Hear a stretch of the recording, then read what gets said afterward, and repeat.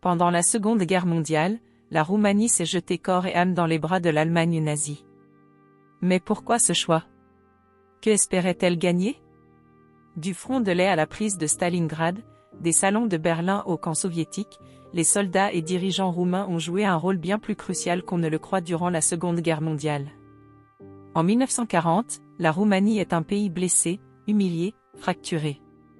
Cette année-là, elle perd en quelques mois des pans entiers de son territoire.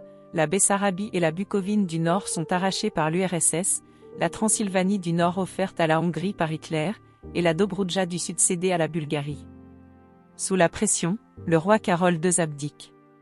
C'est le général Ion Antonescu qui prend les rênes du pouvoir. Militaire nationaliste et farouchement anticommuniste, Antonescu croit que seule une alliance avec l'Allemagne peut sauver la Roumanie. Il établit une dictature militaire, chasse la garde de fer, qu'il avait d'abord utilisée, et se présente comme le « conducator », le guide du peuple. Dès lors, ses relations avec Hitler deviennent étroites. Il se rend plusieurs fois à Berlin, où il est bien accueilli. Hitler admire son autorité, sa fermeté et son antisémitisme radical.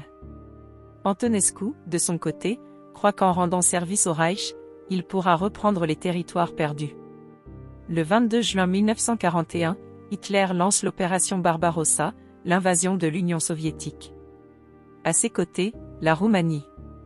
Ce n'est pas un engagement symbolique. Près de 600 000 soldats roumains prennent part à la campagne, faisant du pays le deuxième contributeur en effectif, juste après l'Allemagne. Sous le commandement des généraux Dumitrescu et Constantinescu Claps, les troupes roumaines sont chargées de sécuriser le sud du front, la Moldavie, la région d'Odessa, puis le Don et le Caucase. Mais les soldats roumains partent mal préparés, mal équipés, souvent sans ravitaillement suffisant. Beaucoup utilisent des armes datant de la Première Guerre mondiale, manquent de véhicules et parfois même de chaussures pour affronter l'hiver russe. À Odessa, les Roumains paient le prix fort, près de 100 000 hommes tués ou blessés pour conquérir une ville farouchement défendue. Le général von Manstein écrira dans ses mémoires « Ils ont été héroïques, mais envoyés au massacre ». Un soldat roumain, Nicolae Thomas, racontera après la guerre « On n'avait rien. Un fusil, 3 cartouches. L'hiver est venu, et on n'avait que nos manteaux troués. On crevait de froid plus que de balles. » À l'été 1942, les Roumains sont à nouveau sollicités pour participer à l'offensive allemande sur le Caucase et Stalingrad. Mais cette fois, leur rôle est encore plus ingrat, tenir les flancs pendant que les Allemands se concentrent sur la prise de la ville. La 3e armée roumaine, commandée par Petru Dumitrescu, se trouve au nord-ouest de Stalingrad, la 4e armée roumaine, au sud. Ces troupes sont épuisées, démoralisées, et sans blindés pour contrer les T-34 soviétiques. Lorsque les soviétiques lancent leur grande contre-offensive, l'opération Uranus, en novembre 1942, les lignes roumaines s'effondrent en quelques heures. Un témoignage raconte que des soldats roumains, encerclés dans les steppes gelées, ont tenté de stopper les chars soviétiques avec des grenades à main, ou en se jetant sous les chenilles avec des explosifs. Un officier survivant évoque « Nous avons tenu 3 jours sans vivres, sans munitions.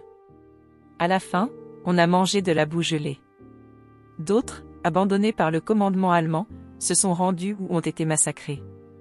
Les pertes sont énormes, plus de 150 000 soldats roumains sont tués, blessés ou capturés à Stalingrad. Ce désastre accélère la perte de confiance dans l'alliance avec l'Allemagne.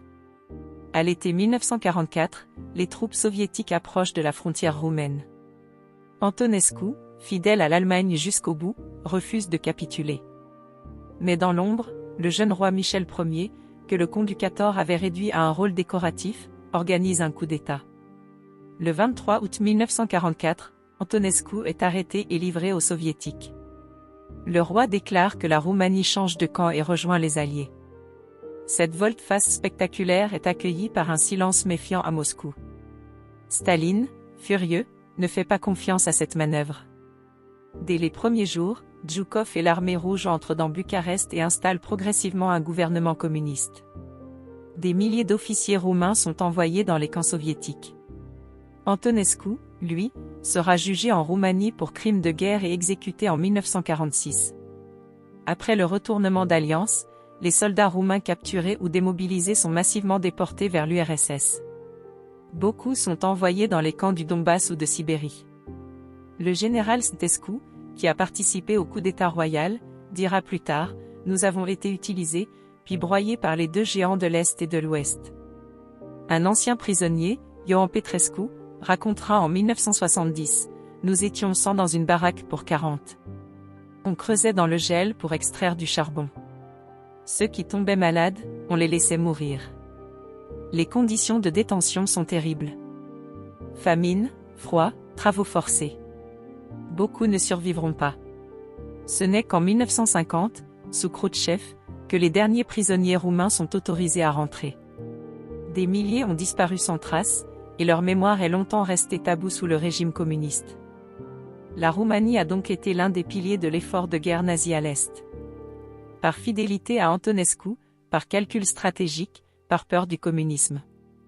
Mais cette alliance lui coûta des centaines de milliers de morts, une réputation souillée, et près d'un demi-siècle de domination soviétique. L'histoire roumaine de la Seconde Guerre mondiale est une leçon de géopolitique brutale, d'alliances risquées et de tragédies humaines. Si cette plongée dans l'enfer du front de l'Est vous a passionné, n'oubliez pas de liker cette vidéo et surtout de vous abonner pour découvrir d'autres récits oubliés, poignants et fascinants de la Seconde Guerre mondiale. À très bientôt.